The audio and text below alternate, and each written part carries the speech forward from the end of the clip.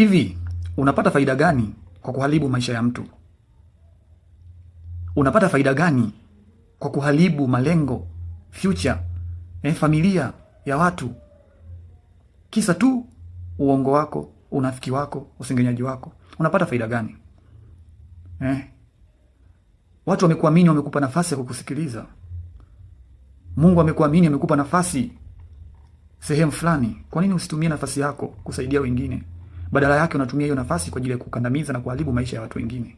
Leo kwa ajili ya unafiki wako umeharibu mahusiano ya watu wengi sana. Leo kwa ajili ya unafiki wako umeharibu familia nyingi sana. Leo kwa ajili ya unafiki wako umefanya watu wengine wakose kuaminika kwa ajili ya unafiki wako na uongo wako.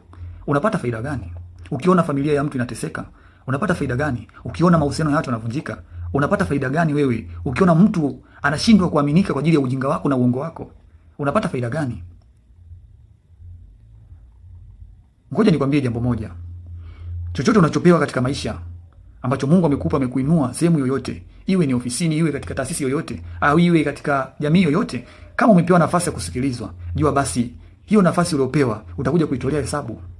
Endelea kuharibu maisha ya watu, endelea kurubuni watu, endelea kudanganya watu, endelea kusengenya watu, endelea kuchonganisha watu kama unavyofanya kila siku.